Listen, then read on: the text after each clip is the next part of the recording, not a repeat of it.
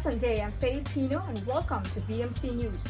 We are your trusted source of engaging stories and breaking news from the heart of the Philippine American community. Handa na ba kayo sa sarit-saring balita na hatid namin ngayon sa inyo? Tumutok lang kayo at may hatid kaming mga mahahalagang balita at may nakakamangha rin. Mayor Sotto hinarap ang mga nagproprotesta sa Pasig. Natuklasang taga Quezon City pala. Noong Lunes, hinarap ni Mayor Vico Sotto ng Pasig City ang isang grupo ng mga individual na nagproprotesta laban sa konstruksyon ng bagong City Hall. Ngunit natuklasan niyang ang mga nagproprotesta ay mula sa Quezon City. Sa isang Facebook post, ipinaliwanag ni Sotto na siya ay nakatanggap ng impormasyon tungkol sa isang nakatakdang protesta na kinasasakutan ng higit sa 300 residente ng Pasig sa harap ng City. QC, taas kamay! QC! QC! Mga kaya QC po sila. Tanong po, pwede natin sagutin po. Medyo malaki po talaga. Kaya tama lang na magtanong ang mamamayan. Tama lang po na magtanong ang mamamayan. Pero, huwag po sana na dahil sa masamang Isang pagsisiyasat ang nagpakita na ang mga nagproprotesta ay naorganisa na isang political group na hindi niya pinangangalanan ngunit iminungkahi niyang kilala ito sa pag-issue ng mga press release upang sanayin ang iba. Ba't kayo pumunta dito sa... Gusto lang namin makita si Leo kasi sa totoo lang kami. Tama lang talaga kami. hindi nyo alam ba't kayo nandito? Wala kami idea, promise. Basta sinabi, pupunta lang daw kami dito. Sa susunod na report, ang Manila ay naghahanda upang maghain ng formal na protesta laban sa China. Kasunod ng isang mapanganib na insidente sa pakikipag-ugnayan ng mga fighter plane ng China na nagbanta sa isang patrol ng Philippine Air Force sa ibabaw ng West Philippine Sea. Ang insidenteng ito ay nagpalala ng tensyon sa pinag-aagawang rehiyon na nagtulak sa gobyerno ng Pilipinas na gumawa ng diplomatikong hakbang upang tugunan ang nakarating dun lumalalang sa ating sitwasyon. aircraft, no? Pwedeng mahigop dun sa propeller or sa intake or pwedeng escalate, but every time of course na may nangyayari na ganito, certainly it tends to raise tensions. So it's something that certainly we have to pay close attention to. Every time something like this happens, siyempre you begin. hindi tayo pwedeng pabayaan ito kahit nasabihin ng publiko, diplomatic protest or whatnot. We cannot not do it kung hindi nag-aaki. At ito ang mensahe ng task force tungkol sa isyu na ito. Handa ka na ba para sa isang walang katulad na pakikipagsapalaran?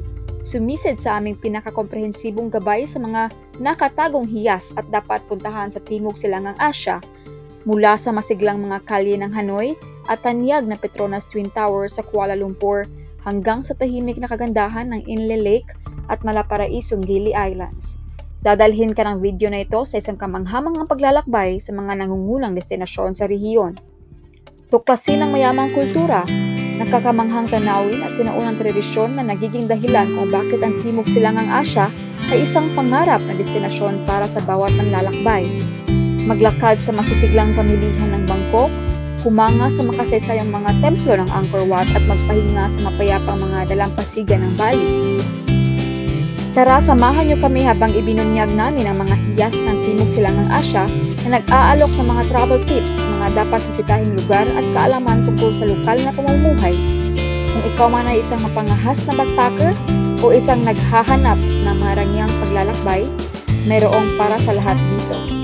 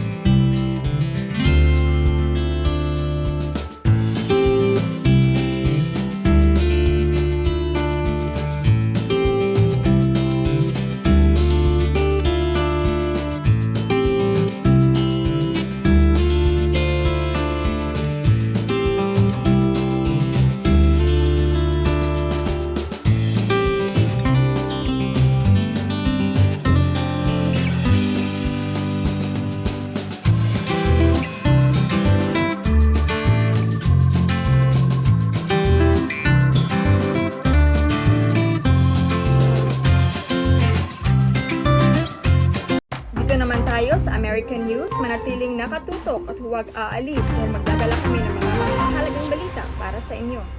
Sa susunod na balita, mga bagong survey ipinapakita ang pangunguna ni Kamala Harris sa ilang estado.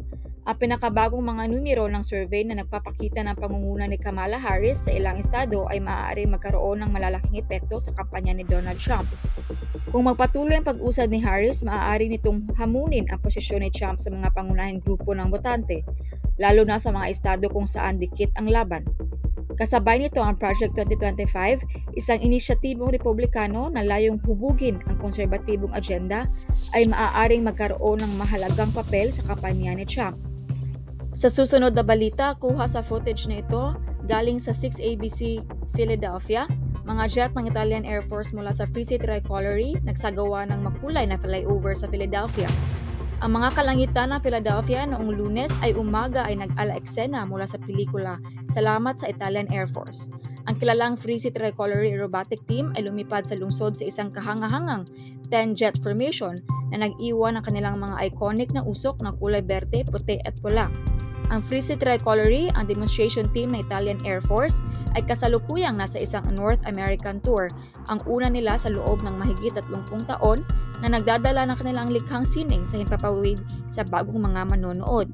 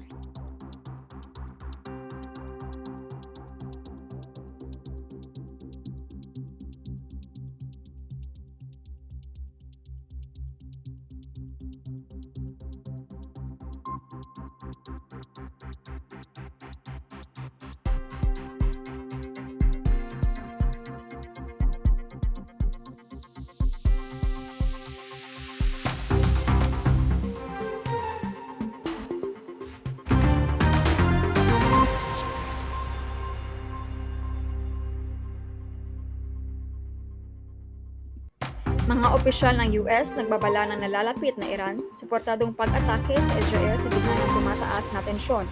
Nagbigay ng babala ang mga opisyal ng US ng isang Iran suportadong pag-atake laban sa Israel ay maaaring maganap ngayong linggo. Nagpapahiwatig ng posibleng paglala ng sitwasyon sa gitnang silangan. Bilang paghahanda, pinapalakas ng US ang kanilang presensyang militar sa rehiyon. Ang babalang ito ay kasunod ng dalawang mataas na profile na asesinasyon, si Ismail Haniyeh, isang lider politikal ng Hamas sa Tehran at isang senyor na commander ng Hezbollah sa Beirut, mga pangyayaring lalo pang napaigting ng tensyon. France, Germany, and Italy. We, the leaders of the United States, the United Kingdom, France, Germany, and Italy, discussed the situation in the Middle East. We expressed our full support for ongoing efforts to de-escalate tensions and reach a ceasefire and hostage release deal in Gaza. We endorsed the joint call from President Biden, President Sisi of Egypt, and Emir Tamim of Qatar to renew talks later this week with an aim to concluding the deal as soon as possible and stressed there is no further time to lose. All parties must live up to their responsibilities. In addition, unfettered delivery and distribution of aid is needed. We expressed our support for the defense of Israel against Iranian aggression and against attacks by Iran-backed terrorist groups. We called on Iran to stand down its ongoing threats of a military attack against Israel and discuss the serious consequences for regional security should such an attack take place. Now, we had earlier on this segment saying could be within the week. Ultimately, the Iranians get several things here by delaying, but make no mistake, this is not some sort of accidental delay. First and foremost, when they responded to the killing of Soleimani, their former chief terrorist in Iraq, who was killed by a U.S. drone strike in January 2020. At ito ang post galing kay Lucas Tomlinson from Fox News. Sabi niya, quote-unquote, Pentagon Defense Secretary Austin has ordered USS Abraham Lincoln Strike Group to accelerate transit to Middle East after exercise with the Italians Friday in the Pacific. At tunghaya naman natin ang live interview ni Andrew Kraft from Fox News kay Benham Bentalibo ng FDD. The Iranians aren't going to back down after seeing all of that in the region? Why not? Let's hope they do. Okay. But if past is prologue, they believe that this architecture, this growing defense architecture, is for the purposes of deterrence by denial, mainly to engage in that big intelligence, surveillance, and reconnaissance mission to track and detect and intercept the projectiles the regime fires. They're hoping that if there is some kind of a military response, it'll be quarantined the proxies away from Iranian territory. Again, that's the strategy of fighting to the last Arab. But the Islamic Republic is looking on actually a not good track record for the United States. There has been no kinetic response by the Americans to the increasing ballistic missile use or tests or transfers throughout the region over the past decade. You can even go back to look at declassified CIA documents from the late 1980s talking about this same phenomenon with terrorism, that if the regime is not made to pay an equal or commensurate price for the strategic use of terrorism, it is going to continue. And continue from the 1980s, it did on steroids, such that the regime remains the world's foremost state sponsor of terrorism.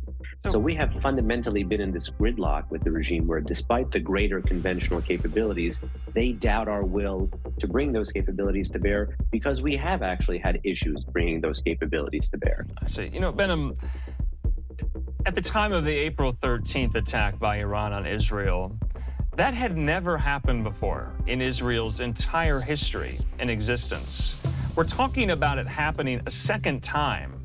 I mean, what does that say to the overall, regional posture, the conflict that's still brewing there? What do people in your circles say that this is going to become something with more regularity? I mean, it had never happened before in April, before that, and now we're talking about it happening for a second time. I mean, that's quite unprecedented as well. Does that give you pause to think about the future of the region, that this is going to be very, very restive part of the world for a very long time?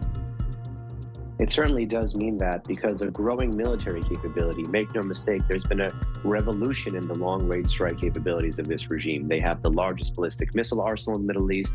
There's stories now of a potential ballistic missile transfer reported soon to be happening between the Iranians and the Russians. Iranian drones today can be found on at least 4 different continents: South America, Europe, Asia, and of course Africa. So Iran's weapons proliferation is on steroids. And again, because they have not paid what they assessed to be an equal or commensurate price, they're going to be stepping up. And when you mentioned the April 13 attack, I'm glad you highlighted the historicity of that attack, because it's also been, for 45 years, the Islamic Republic has been fighting the Israelis from the shadows. Right. But this increasing confidence in the capabilities is moving it out of the shadows.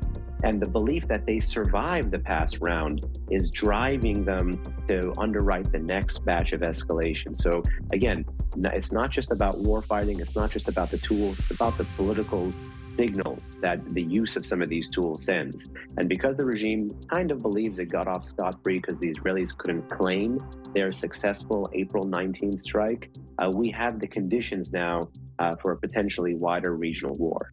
Okay, we do have live pictures there. I believe that's in Tel Aviv. Also, we have this on the Israeli-Lebanese border, and then, of course, in southern Israel, looking into the Gaza Strip. So just a smattering of some of our live pictures right now in the region. Ben, before we let you go, is all of what we have been discussing directly correlated to the very fact that Hamas is not coming to the table for the latest round of negotiations in the ceasefire talks? Israeli officials described to Axios that this is a, quote, now or never moment for a potential deal between Israel and Hamas. Why is Hamas not going? Are they waiting to see what Iran does? Are they sussing out Iran's response to all of this here? What are they up to? Because yet again, they are rejecting to come to the table. It could be as complex as that they're waiting for some kind of sign, lest we forget, this is a patron-proxy relationship, despite there being considerable distance between the two. Hamas, after all, is a member of the Axis of Resistance. Tehran doesn't need to get on the phone with them every day, but these two like-minded terror entities, one terror state and one terror group, intonate each other because they share similar strategic ends vis-a-vis the Israelis. So they're able to intonate and intimate one another. The other thing, of course, is that lest we forget, the Occam's razor approach, simplest explanation is the most likely, Sure. is that this is a terrorist group. And this terrorist group is not interested in some kind of deal that would rid it of the hostage leverage that it has, because it actually does fear. It's seen the Israelis successfully take out top leaders, be it Ismail Haniyeh recently, Salah Aruri in the past, Mohammed Deif more recently, and it knows that its days are numbered, so it's trying to drag out the conflict for as long as possible. I think, viewers who don't follow this war so closely each and every day, the minute details, the momentary updates, hour by hour, they have trouble grappling with that seeming conundrum that almost the entire Hamas leadership architecture has been taken out, and yet Hamas, yes, has the hostages as leverage, but they don't have anything else, do they? Or do they? I mean, how do you grapple the two? How do you reckon with that? Well, it is obviously the fact that the Israelis prioritize and prize human life, and therefore they're able to dangle the prospect of a hostage deal quite literally as long as the hostages remain alive. So that is something that Hamas has been doing. And second, of course, is that this is a group that is interested in actually acting on the things that it says and acting on the ideology.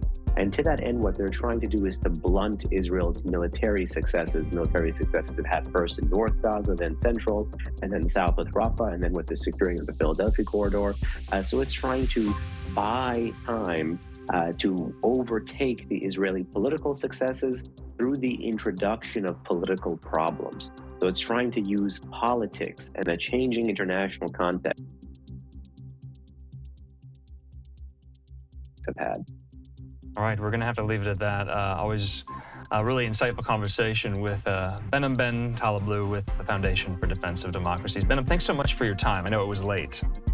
Grabe talaga ang tensyon na nangyayari ngayon patungkol sa Israel. Ang sitwasyon ay patuloy na binabantayan at aktibong gumagawa ng mga diplomatikong hakbang ang mga pandaigdigang kapangyarihan upang maiwasan ang karagdagang paglala, bagamat nananatiling tensyonado ang rehiyon dahil sa posibilidad ng isang sagupaan. That's all for today's edition of PMC News. Thank you for joining, and stay connected with us through our social media accounts and website. For now, this is Faye Pino wishing you a great day.